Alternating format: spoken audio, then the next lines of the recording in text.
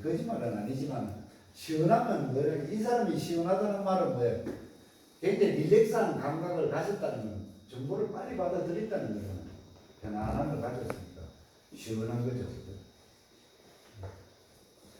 자, 이거 REBT 요 이론 자체가 적응적 정서와 정서장애인데요. 이제 조금 이제 연관이 되실 거예요. 이게 우리 상담의 기법 안에서 우리 앞에서 우리 장애 쪽에서 배웠던 이런 이론들이 다 똑같아요. 장애 이론에서 배웠던 내용하고 여기서 배우는 내용은. 왜냐하면 문제는 이거거든. 상담 심리 내지 치료거든요. 상담 심리 치료야. 장애 상담 심리 치료거든. 여기 연결이 다 돼요. 그래서 앨리스라는 사람도 이 사람은 어떤 인간을 보는 특한 나름대로의 인간관을 가졌지만은 특히 이게 정서나 행동의 왜곡된 부분을 열심히 들어가 본 사람입니다. 네. 그래서 그렇게 혼란스러운 역기능적인 정서하고 부정적이나 정상적으로 동계화된 정서를 구분해 나가는 것들, 즉 부정적인 감정의 표현이 정신병리의 증거는 아니라는 이론을. 아까 이야기한 비합리적인 사고가 불안, 우울 또는 분노를 유발하지만 합리적인 사고는 합리적인 사고로 나가려면 걱정, 슬픔, 곤란함 등을 유발시킨다. 이 이론이. 근데 한번 보세요. 사람에게 이 감각이나 이 정서를 막아놨다고 하면 어떻게 생각되는지 여러분들 우리 같이 한번 해봐요. 부모님이 돌아가셨는데 나보고 울지 못하게 한다. 못 운다. 울지 못한다. 예를 들어서요. 이게 막혔다고 생각해보세요. 그러면 사람의 그거를 표출되는 어떤 정서적인 건 어떻게 표출하겠어요?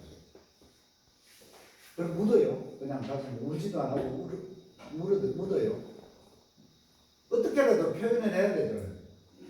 좀 더 시원하게 표현하는 거는 엉엉 울어서 카타르시스를 가지고 있는 뭉쳐진 카타르시스를 배출해 놓으면 그나마 속이 시원하잖아요. 그렇잖아요. 이게 카타르시스 이론입니다. 어떤 날은 아무도 없는 데 가가지고 내 혼자 쿵쿵 울어보고 싶잖아. 그러면 뭔가 좀 풀려. 진짜 괴로워 죽겠네. 어디 가서 막 맛있는 거 하면 배 터지게 혼자 시큰 먹고 막 한숨 잤으면 좋겠네. 나는 아닙니다. 나는 그런 이론은 이론주의자는 아닌데 이론을 뒷받침하는 설명을 하다 그러니까 한번 생각해 보세요. 이게 그거리 막혔다고 생각해요. 30초 안에는 화장실 못 가면 나는 큰일 난다. 30초 후에 화장실에 가가지고 해결했다. 얼마나 기뻐요. 그죠? 그 자리 장소를 찾았고 나의 문제를 해결했기 때문에. 그런데 이런 요소들이 대개 보면 불안, 이 사람 앨리스가 이러는 REBT는 내용들도 하나하나 들여다보면 리액션 이런 것들도 보면 또 리액셔널 이런 것들을 보면 불안, 우울, 분노 이런 데서 아니 어느 날 갑자기 행복하게 살고 있었고 아무 문제 없었는데 불이 나고 집에 홀라당 다 타버리고 온 동네에 타버리고 부모는 어떡하겠어요? 이거 어딘가에 해결하지 못하면 요즘 말로 트라우마에 자기가 떨어지는 거예요. 인간에 대한 걸 연구해 보면 인간관을 연구해 보면 마지막에 이 사람은 낭떠러지는 거예요. 이럴 때는 어떻게 해줘야 돼요? 그때 제가 언제 수업 시간에 한번 설명했죠. 중재라는 말 한번 분명히 설명했어요. 이 사람은 당장 내가 탔는 집, 가족, 아끼던 동물 다 타 죽었어. 그러면 이 사람은 여기에 대한 어떤 분노는 이루 말할 데가 없을 거예요. 이 분노를 헤아려야 돼요. 네. 누군가가 중재해줘야 돼요. 이게 중재. 빨리 이 사람을 교육 프로그램에 넣는다. 아니면 치료 프로그램에 넣는다. 그래서 치료자가 처음에 여기 내원했을 때는 내담자가 왔을 때는 이렇게 했는데 중재를 들어갔어요. 심리적인 치료를 했더니만 갑자기 이 사람이 많이 좋아졌어. 이제 심리적인 안정이 됐어. 끝. 이게 안 된다. 그때는 이제 기다려야 돼. 일정한 기간 동안 지켜보고 기다렸더니만 그때 좋아졌던 것이 계속 유지되고 있구나. 유지가 됐구나. 그러면 이 사람은 이 프로그램에 의해서 치유의 프로그램에서 많이 개선됐구나. 처음에 기초선 조사했을 때는 할머니가 불안해가지고 심각한 상태로 갔는데 기초선 조사를 해가지고 살펴봤더니만 다시 중재를 들어가고 또 중재가 어느 정도 몇 번을 했어요. 치료를 몇 번 했더니만 심리적으로 어떤 현상이 나타났으면 잘 기록해뒀다가 그게 이제 상담이 자료죠. 네. 여러분들이 이제 상담하는 어떤 근거고 특성이니까 이렇게 분석해 놨다거나 할머니가 어느 날 이제 유지가 되고 정상으로 돌아갔다든지 이런 것들처럼 이게 하나하나가 있잖아요. 이게 어떤 정서와 행동을 헤아리는데 또 이거를 하는 것들은 여러 가지 요소들이 특히 우리가 카운셀링의 요건들에 다 들어가 있는 것들이라고. 자, 우리는 요거 하나는 꼭 머릿속에 하나 넣고 봅시다. 요게 사람이에요. 저는 사람이라고 이해합니다. 인지, 정서, 행동. 요게 나는 사람이라고 봐요. 인간이라고 봐요. 인지가 없는 인간, 정서가 문제 있는 인간, 행동이 문제가 있는 이게 인간관입니다. 에디슨은 요 세 가지를 유심히 들여다 봤어요. 사람의 인지적인 측면, 정서적인 측면, 행동의 측면.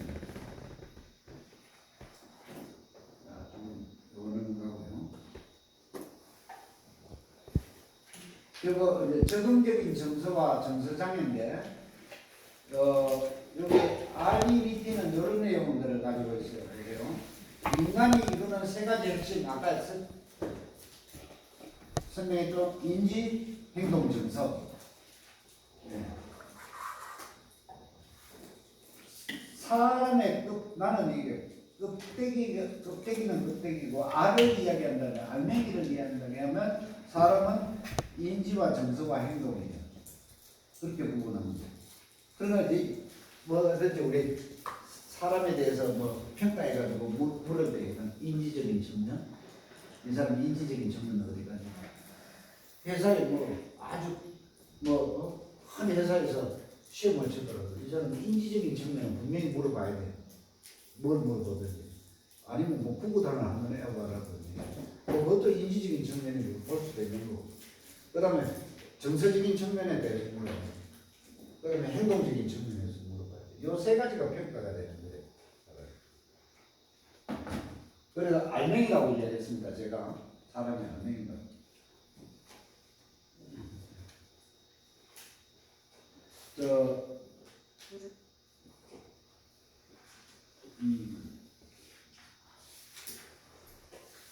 자, 요거 한번 더 짚어놓고 가볼게요. 전체적인 내용 안에서.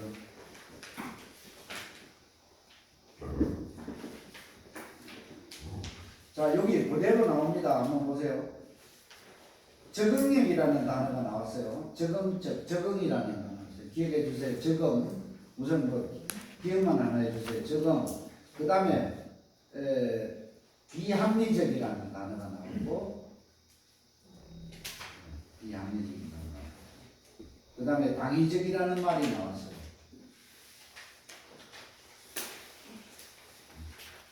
이거는 이제 진짜 어떻게 이해를 하느냐에 따른데, 자, 이게 이제 그 중에 중요한 내가 비합리적만 기억하라고 말씀드렸는데 이게 아니고 비합리적 사고라는 단어까지 기억해 주세요.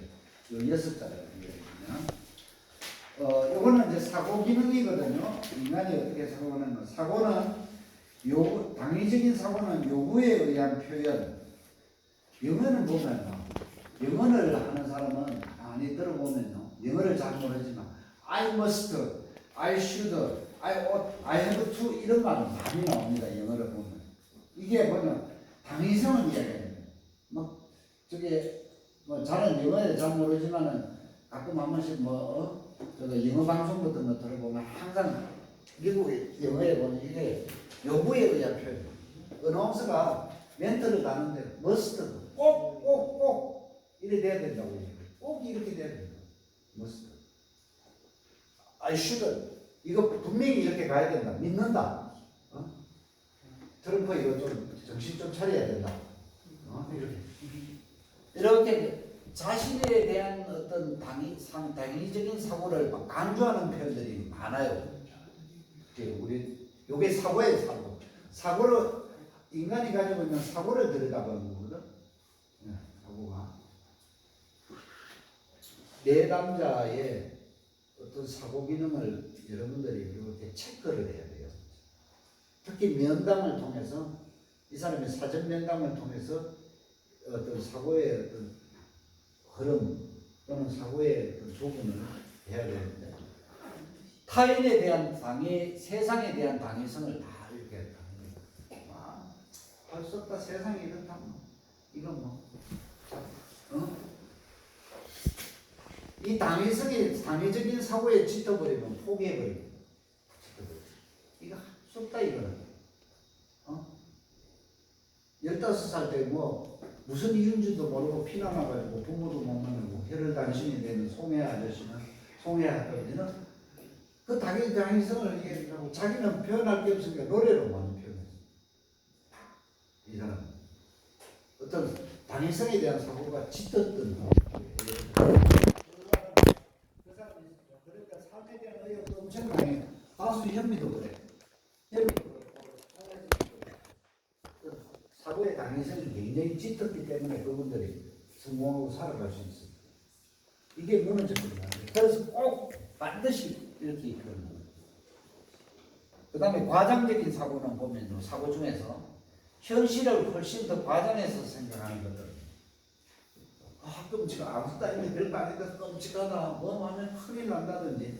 보통은 이제 이렇게 대화해보면 이제 이런 표현을 많이 쓰는 사람은 좀 과장적인 사고를 하는 거예요.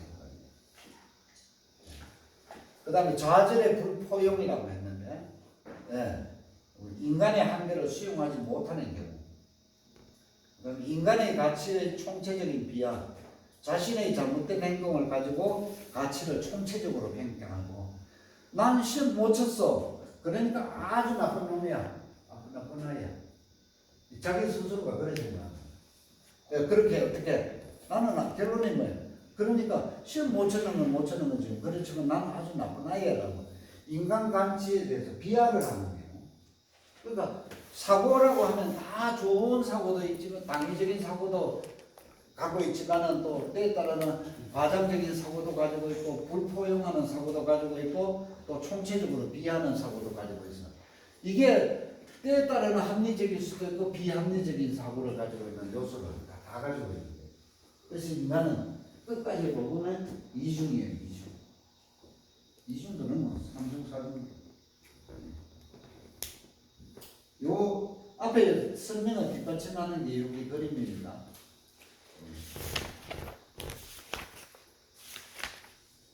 보세요. 다 이거 안 가지고 있는 게 뭐가 있는가?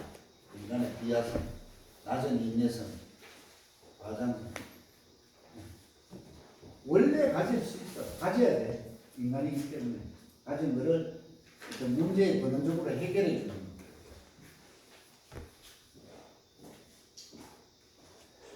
인간은 어차피 비합리적인 신념을 가지고 태어났는데 생각적으로 태어나면서 얻은 것이 비합리적인 사고를 지닐 수 있는 경향이 있습니다. 그 다음에 비합리적인 사고의 대부분은 먼저 어린 시절에 부모나 사회가 교육시킨 대로 나옵니다. 사회나 부모의 가치를 옳은 것으로 수용하여 인간의 것으로 받아들임으로써 굳게 체득되는 것입니다. 전 요대로 한번 봅시다. 자기 교화,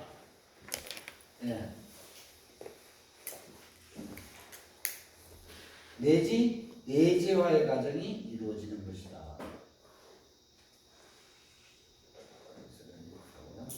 이건 아까 합리적인 신념하고 비슷한 내용입니다. 아까 제가 이야기했죠. 상담 이론을 공부하려면 실험하는 거예요. 이렇게 자극했더니만 이런 반응이 나오고 그러네요. 그게 SR을 항상 기억하라고 제가 여기 이 말씀입니다. 동물을 실험하든 인간을 실험하든 간에 똑같은 원리는 똑같아요.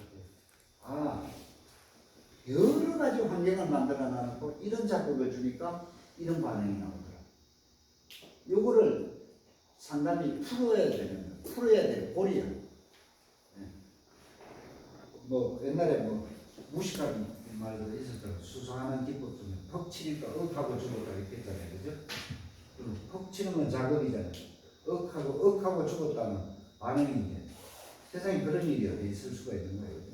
그 경무 과정에 다 있었으니까 억하고 죽었겠지만 퍽 소리하고 억하는 두 글자로 표현을 하다 보니까 그렇게 된 거예요. 벌써 먼저 사람들의 관심을 가지는 정보는 요거는 자극이에요. 자극. 정보를 이게 수용이네. 감각 수요로부터 받아들이는 지각. 지각은 안다는 말입니다. 이해한다는 말도 되는 겁니다. 결론을 이끌어내는 자동적인 수요. 요거는 R입니다. 반응입니다. 그래서 이 순서대로 그대로 한번 보세요. 자극을 주니까 지각을 하고, 지각을 하니까 자동적인 사고가 생기고 추론할 줄도 알고, 이걸 평가하고 정서하고, 정서적으로. 시험의 결과가 나빴는데 평가가 끝났어. 마지막에 뭐 속된 말로 똥피 놈이 성낸다고 지가 시험 못 봐놓고 지가 막 과음지르고 짓하다고 이런 놈이 이게 인간이 가지는 거는 아까 얘기했던 비합리적인 사고도 갖고 있다고 그랬잖아요. 안 보인다고 해요. 합리적인 사고도 있고 비합리적인 사고를 가지고 있는 거. 요거를 비합리적인 사고를 그림으로 그려보니까 자극하고 지각하고 자동적인 사고고 평가하고 정서적으로 요 순서대로 이렇게. 그러니까 이런 것도 여기에서 여기까지는 이렇게 보면요. 요게 교육의 개념이기도 해요. 교육. 학습, 교육. 정서적인 교육, 인지적인 교육, 행동적인 교육. 아까 그래서 제가 결론을 말씀드렸잖아요. 교육이라는 말도 그렇고 아까 중재라는 말도 그렇고 결론적으로 끝에 가서 좀 더 바람직한 행동을 이끌어내기 위해서 상담도 하고 중재도 하는 거예요. 중재의 방법이 상담이에요. 중재하는 방법. 상담 중재입니다. 최종적인 용어는 상담 중재라고 해요. 중재가 되고 싸움하는 건 말리는 게 중재가 아니고요. 여러분도 그렇게 이해될 수가 있는데 그게 중재라는 표현은 그게 안 나와요. 교육과 치료적인 접근을 통해서 변인의 요소를 바꾸어 나가는 거예요. 변인의 요소. 이게 심리학 기초 이론이긴 한데 배우면 참 재미있어요.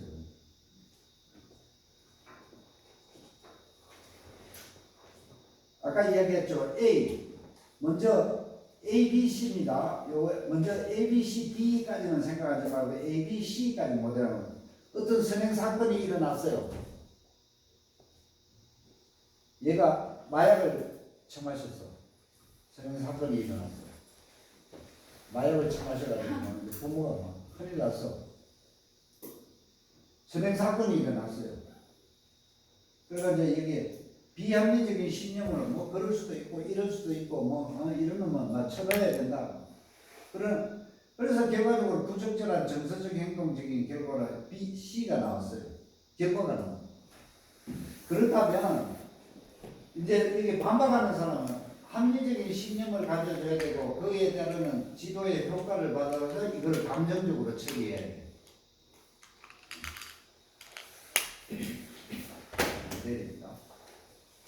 한번 보세요. 요 표대로 그대로 아까 내가 뭐 마약 이론을 들었지만은 ABC 모델 요거 나는 ABC D까지는 생각하고 ABC까지만 생각했어요. 선행 사건이 일어났고 어떤 사고의 문제에 대해서 합리적인 사고가 일어났고 요 두 개는 똑같은 거예요. IB하고 RB는 비합리적인 사고 났고 결과는 정서적으로 행동적인 결과가 나타났어요. 그러면 A, B, C가 이어지죠. A는 무조건 무슨 사건이 일어나야 돼. 정서적인 행동적인 인지적인 사건이 일어나요. 이놈이 말이야. 이놈이 학원 보내고 돈을 얼마든지 쳐들였는데 막 공부시켰는데 저기 수학을 50점밖에 안 맞고 나왔어. 큰일 났어. 이제 학습 이론에서 하나의 어떤 선행 사건이 일어났어요. 얘는 수진이는 그녀가 발표할 때 어쩌면 잘못될 수 있음을 고려하고 있는 사건이 일어났어. 얘가 불안해. 이거 내가 발표해.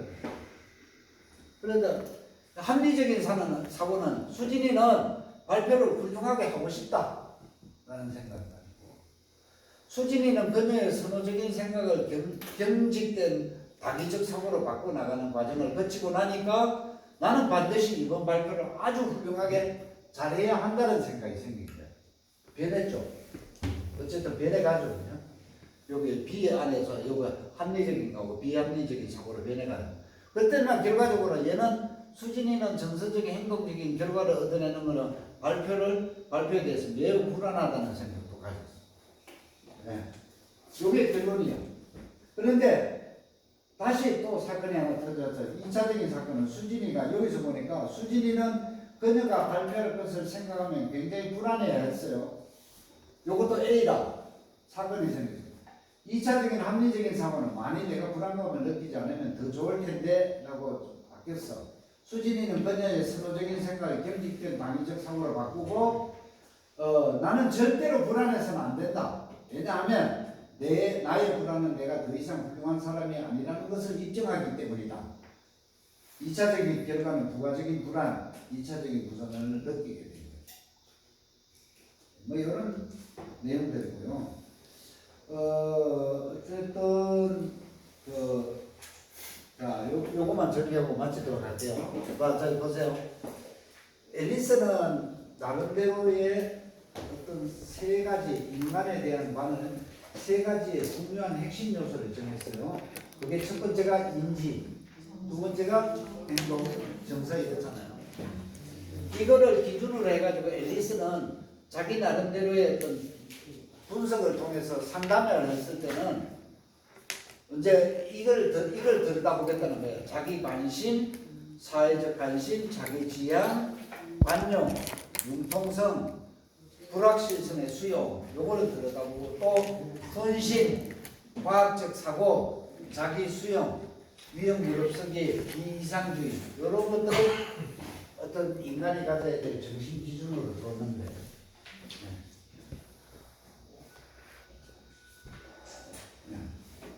자, 이제 그런 기준을 두고 내담자에게 내담자가 찾아온 내담자에게 상담 과정을 통해서 내담자에게 자신이 많은 비합리적인 신념을 가지고 있다는 것을 보여주었고 내담자가 인식의 단계에서 한 걸음 더 나아가도록 하게 했고 내담자의 사고를 수정하고 그들의 합리적인 생각을 포기하도록 도와줬고 미래의 내담자가 자기 합리적인 신념과 희생자가 되는 것을 피할 수 있게 하기 위해 인생의 합리적인 철학을 발전시키도록 격려했다. 이렇게 결론이 나옵니다. 그래서 우리가 상담 이론을 보면 여러 가지 심리 결론적으로는 어떻게 중재의 방법이 심리 치료거든요. 심리 치료를 통해서 A, B, C 이 이론을 통해서 아까 그 핵심적인 인지, 정서, 행동의 상담의 어떤 과제, 목표를 수정해 나가는, 목표를 수정한다. 즉, 바람직한 변화를 만들어 나가는 게 여기에 목표를 두고 있습니다. 그래서, 오늘 여러분들이 다 읽고 다 배운 건 아니지만은, 우선은 여러분들이, 어떤 인간의 이중적인 면 안에서의 어떤 부분에 초점을 두고, 거기에 발생될 수 있는 문제들이 이런 것들이 있고 상담의 어떤 결과 처리, 즉 결과 방법을 해석하는 방법까지가 이렇게 설명되는데요. 굉장히 어렵게 써놔서 여기 보면 인지치료, 심리치료 근데 다 생각하지 마시고요. 상담 안의 기법 안에서 여기 자료 안에서 세 가지를 잘 이해하세요. 인지치료, 상담치료, 네, 행동치료. 다시 이야기하니까 인지, 상담, 행동의 인지, 정서, 행동은 장애아이들이 가지고 있는 복합적인 문제를 가지고 있는 장애아이들이 가지고 있는 심리적인 문제의 요소가 제일 큰 것들입니다. 그거를 일반 어떤 합리적인 사고 안에서 얼마만큼 벗어나 있는지를 판단합니다. 자, 오늘 여기까지 하고 책은 덥습니다만은 다음 주일에 평가니까요. 오늘 중으로 제가 토픽을 10개를 드릴 테니까 어려워하시지 마시고, 네? 뭐 CCTV 공포에서 벗어나셔서, 네? 아직 공포는 존재합니다만은 다음 주에 가봐야 아는 거니까, 네? 모르죠. 뭐 CCTV 10개를 못 구해가 2개만 달아놓을 수도 있고 이런데, 뭐 또 때에 따라 없으면 1개도 못 달 경우도 있을 수 있을 것 같은데, 제가 드리는 그 토픽 10개에 관해서 쭉 정말 진정하게 핵심적인 내용을 한번 찾아가지고 프리노트를 해보세요. 뭐 서머리, 요약을 한번 해보시라. 그거 딱 품고 있다가요. 예? 품고 있다가 집에서 답안지가 있다 생각하고 한번 써보세요. 어차피 제가 토픽이라는 거는 예를 들어 뭐뭐에 대해서 설명하시오라고 드릴 때